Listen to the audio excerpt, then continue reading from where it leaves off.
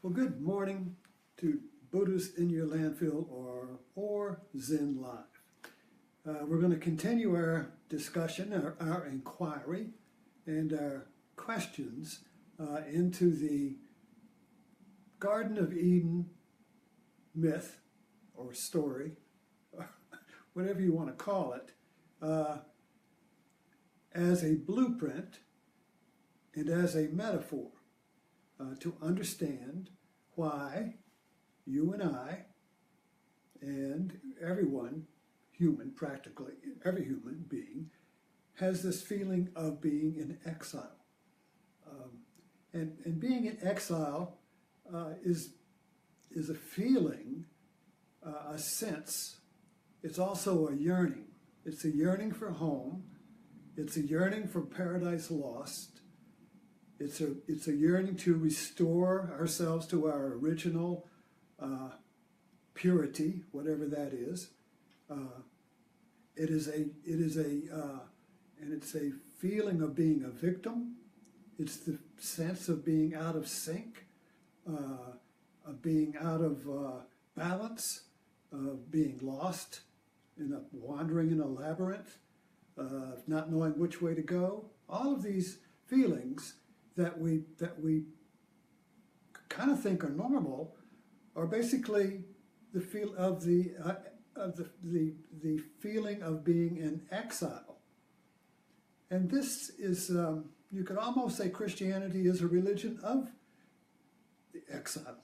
In other words, it starts, the biblical story. It all starts with Genesis, and the Garden of Eden is a metaphor for unity, of being in sync, of being at home, of being at one with, at one-ment. There is no division in the Garden of Eden. But then division came, and of course Christianity says sin came in, and Eve is responsible, and we were kicked out. But that is a literal interpretation of the story, not a metaphorical interpretation. So that the literal interpretation really gets us screwed up, because it's a reference to the past. It happened sometime long time ago, and it's a reference to history, like it actually happened, like these people existed and did it. And then we're boom, boom, boom, we're the result, the effect of what these two people did. So this is that's a historical reference, and it really gets us screwed up, because there's no way out of that. If there was a way out, we wouldn't be in exile. And just believing, just belief will not get you back into the garden. We're not talking about right belief or wrong belief here that will get you back into the garden. No, you're still in a feeling. Things still screw up. You're still in a sense of being in exile. So we really want to look at this in a different way. And so the metaphorical look now is that you've got the garden, and all of the stories. I'm particularly thinking of Narnia. There's an entrance to Narnia in the wardrobe. All of the stories have this secret door, a secret garden. So you got the secret garden is the lost paradise. And remember, in the story, two cherubs were put in the secret garden. There's the tree of life, and two cherubs guard it. And these are the pair of opposites, and the pair of opposites are contradictory. They're a puzzle. The hero has to solve the puzzle, has to say the magic word, has to discover the secret, has to decode it. Indiana Jones is all about that. He has to figure out the map. He has to, not logically, because the map's not logical, he has to intuit. His intuition must rise up to solve the puzzle so he can enter through the gates. Even Moses parting the Red Sea is a variation of this, because the Red Sea parts into two cherubs and he goes right through to the Promised Land. Then the Pharaoh comes behind and the two cherubs close the gate. The Red Sea comes back together. They can't get in. They can't lift the hammer. They can't get to Charlie can't get to the tuna factory. Remember that ad? I love that ad. Remember Charlie, the tuna? And he was always trying to get to the tuna factory, which is paradise, a metaphor for paradise, but he was always, sorry, Charlie, you can't get there. This is a story of my life. You know? Sorry, Charlie, you can't lift the hammer. You can't lift the sword. You're not ready yet. You're still in exile. You got some work to do. That whole, you're not ready yet. So we're looking at that, and so today we're going to kind of look at it. The shift, there has to be a shift in viewpoint in order to decode this. And the shift in viewpoint is to stop looking at it in time, like this is something happening out there to mankind, or in time, like in the past. See, this is the Freudian way of looking at it, like something happened in your childhood. There was a sin in your childhood and you are the effect of that sin. That sin was either done to you, or you did it to yourself, or something happened, some trauma happened and is now buried in your unconscious, and this thing that happened in the past is the cause of the effect, which is you. You're the effect of something in the past. This is a mechanical way of looking at it, and this is not the way we're looking. But this is a Western way of looking at it, a Western science. I'm sick, so what's the cause of me being sick? Well, I have to go find something that's causing it. So I'm looking in the okay. So if I'm looking at it from a doctor, he's a psychologist would look at it. Well, it happened in your past. We got a root down there. Lie on the couch and tell me your dreams and all that. We'll find it in the past. But if it's a physical problem, the problem is not in the past, it's right now. So if the doctor can find the cause of my exile or sickness right now, then he pulls that out, I'm immediately experience the effect of removing the cause. Well, this is Buddhism. In the sense the Buddha said in these Four Noble Truths, there is suffering, okay. Life is suffering, there is suffering. So the suffering is the feeling of being out of exile. And then he says there's a cause. Okay, well the cause is not in the past. The cause is now, but I'm not looking in the right way, so I can't see it. And if you see the cause, that removes the cause. Seeing the cause removes the cause. And the fourth noble truth is nirvana, or the cessation of suffering. So these three here, there is a cause of your exile. If you see the cause correctly, that removes the cause, and you will know the cessation of suffering. In other words, paradise will be restored. See, paradise lost, there's suffering. See the cause of the loss, paradise restored. Fragmentation, there's a cause to the fragmentation of your mind. At one-ment. Boom, boom, boom. And then the fourth noble truth is, if you do these practices and conditions, if you do these practices, you will create the conditions in which these first three noble truths will happen. Bam, bam, bam.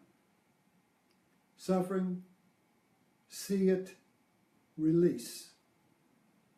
We do this. These three little steps here really kind of like happen at once. It can, as you begin to work it. So let's look in that a little more and see exactly what is the, well, getting back here, we have the two cherubs, or the pairs of opposites, and the pairs of opposites is really a double bind.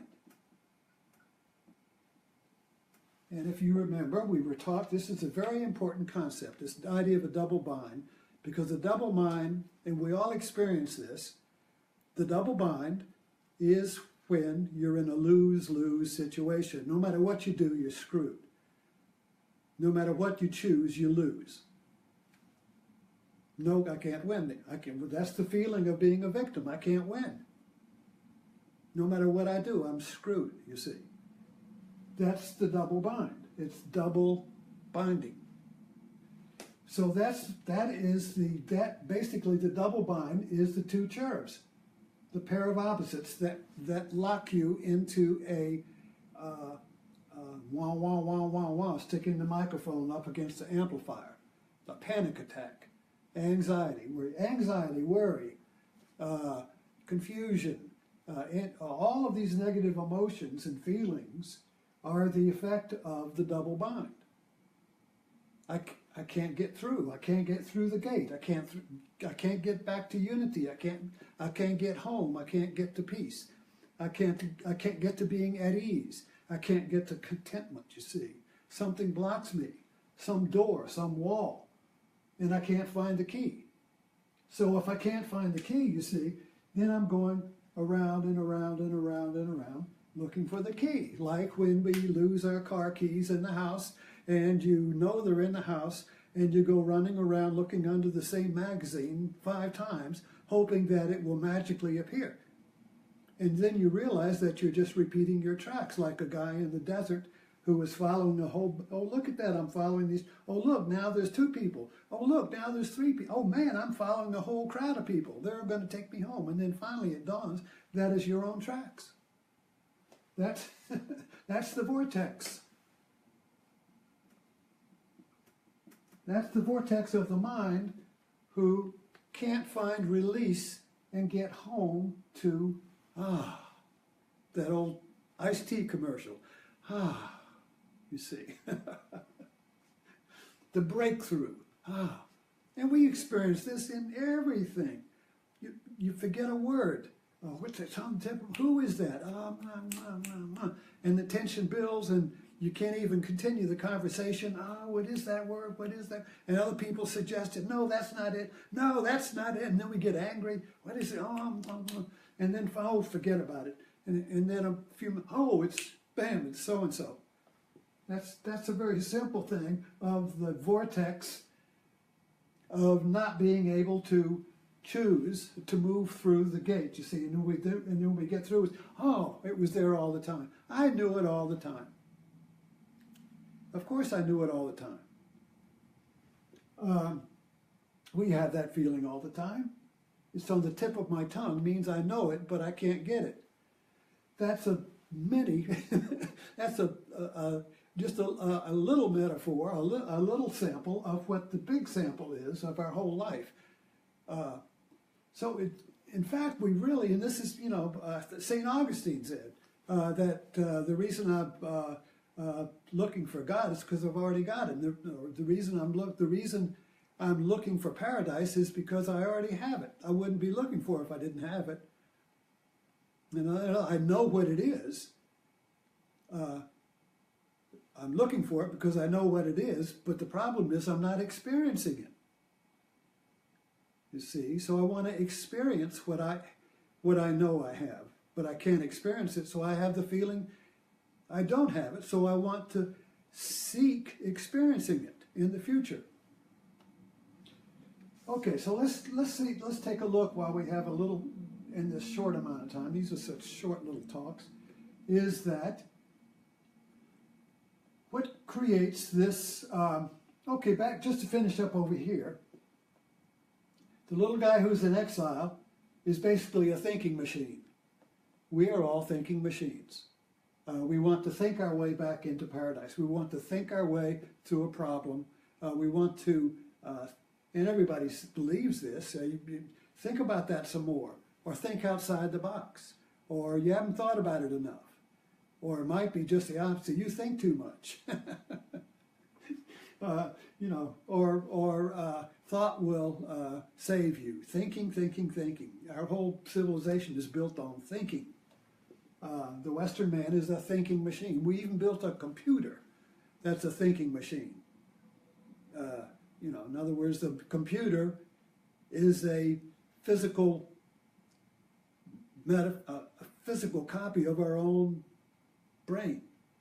We just made our brain electronic brain out there because the brain and so we made a machine that thinks better than we do to get out of our fixes, you see. But anyway, let's end with this thought right here. So I've got this feeling of being in exile, of being separate from life, of being outside of it, of not being complete, you see, this feeling. And the feeling is now. I have the feeling, all feelings are now. You don't have a feeling in the past. You don't have a feeling in the future. All feelings are now. And all feelings are in the body. You don't have a feeling in the head, in thought. You have a feeling in the body. That's why feelings are real. Nothing is real unless you can feel it. But that's the definition of real. I feel that. I feel it. I feel it. I feel it. So feeling is body. But then we don't like the feeling. Well, the feeling of being in exile is unpleasant. So I want to get rid of that feeling. If I could get something that would remove that feeling, I'll get it. So that's thinking. So there is something out there that I can get in the future, maybe in 5 minutes, maybe tomorrow, maybe in 10 years. I've got to sneeze. Oh, excuse me.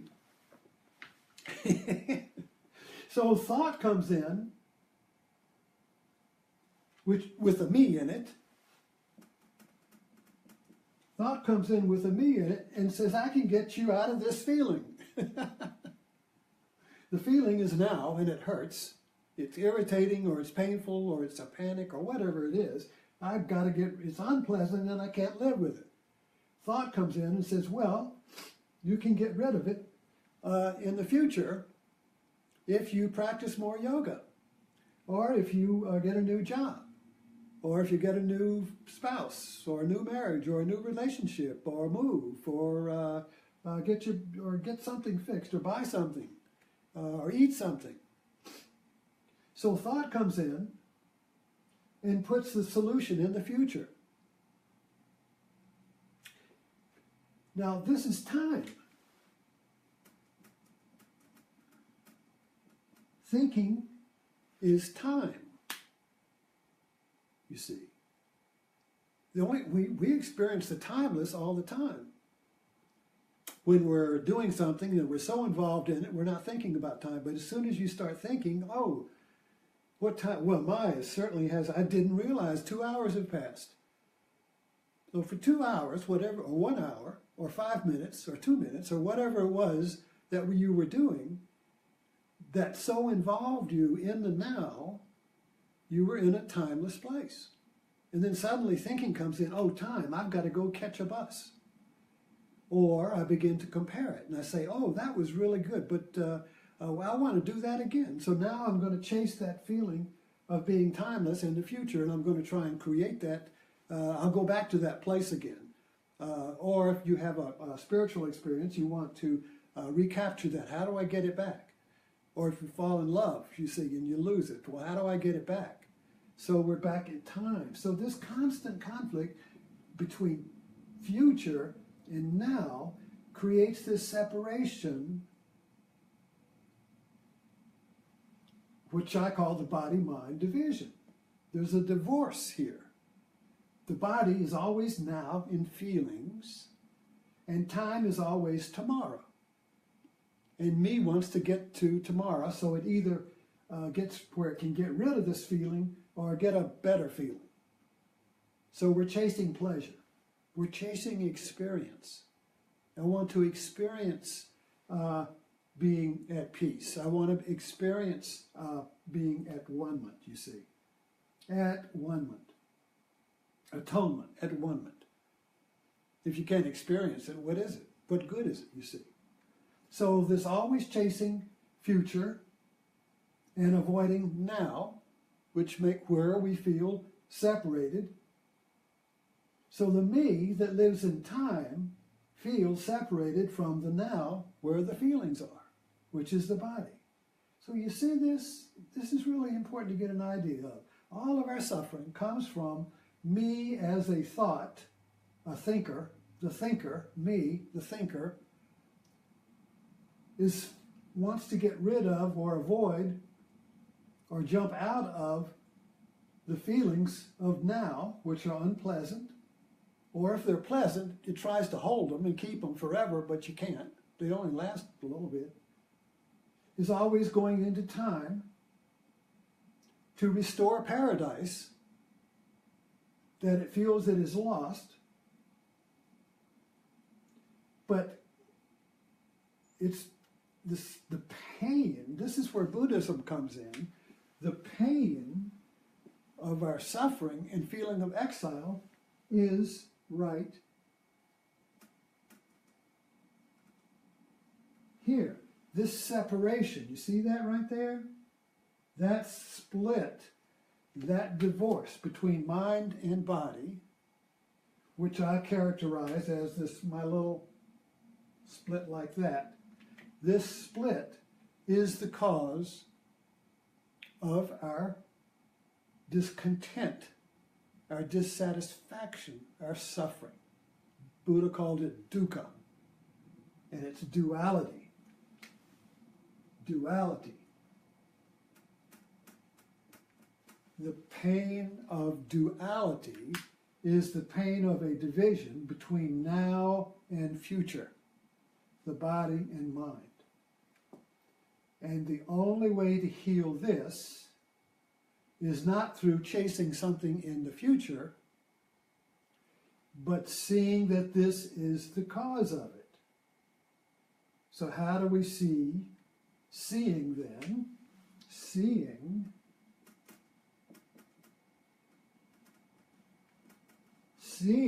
restores the divorce. Seeing, when you see something, it's not divided. You don't see something, two things, unless you have a walleye. You see what I mean? Seeing is one. So when I see that I am one, I'm not seeing with thought. Thought can't see. I can see thought, though, you see. So seeing sees that the me, the thinker, the me, and the feeling is one. And when I see that I am one, paradise is restored. Because it's the division in me from now that creates the feeling of paradise lost. So we're in paradise. We're in the Garden of Eden, but because of our thinking, our perception of time, of seeing everything from time, instead of now, we see from time, and the seeing from time, the perspective from time, as if time existed, as if we're in time, that seeing creates the division between thinking and now, and the search for the paradise in the future through getting something in time, you see. So paradise is timeless. The Garden of Eden is timeless. It's just now. It's just now. It's just this. This is where Zen comes in for me. It's just this. It's just one taste. Eckhart Tolle's teaching is all about this, the power of now. It's just now. The problem is all in the mind, in the future. I got to get out of now. I got to avoid now. I have to avoid now. And this gets into, I'll finish with this, this gets into the religious context when you say, I'm looking for God in the future. But God is now. God is imminent. God is now. So you can't find God in the future because God is now. So if I'm looking for God in the future, I'm avoiding God now. But then we equate God not with something out there, but with now. There's no division in now. Then there's no division between God and me in now. Unless I make God into an idea and then put him out there somewhere. But now, there is no boundaries or divisions in now. Just that you're sitting here listening to me. There's no division in this. You're listening. The only division will come in if you start thinking about something else. Then you're half here listening and half somewhere else. Now that's a division. But if you're just listening without comment, if you're just listening without thinking about what's he saying, or I think that he's wrong, or comment, yada, yada, yada, yada, you know. That thinking is avoiding listening. So we avoid listening by thinking about what we're listening to. And that brings in the thinker who lives in time, and me, and that brings in the separation, and the feeling that, oh God, when's he going to stop talking? Well, I'm going to stop talking now. So I'll see you this evening at Martini time.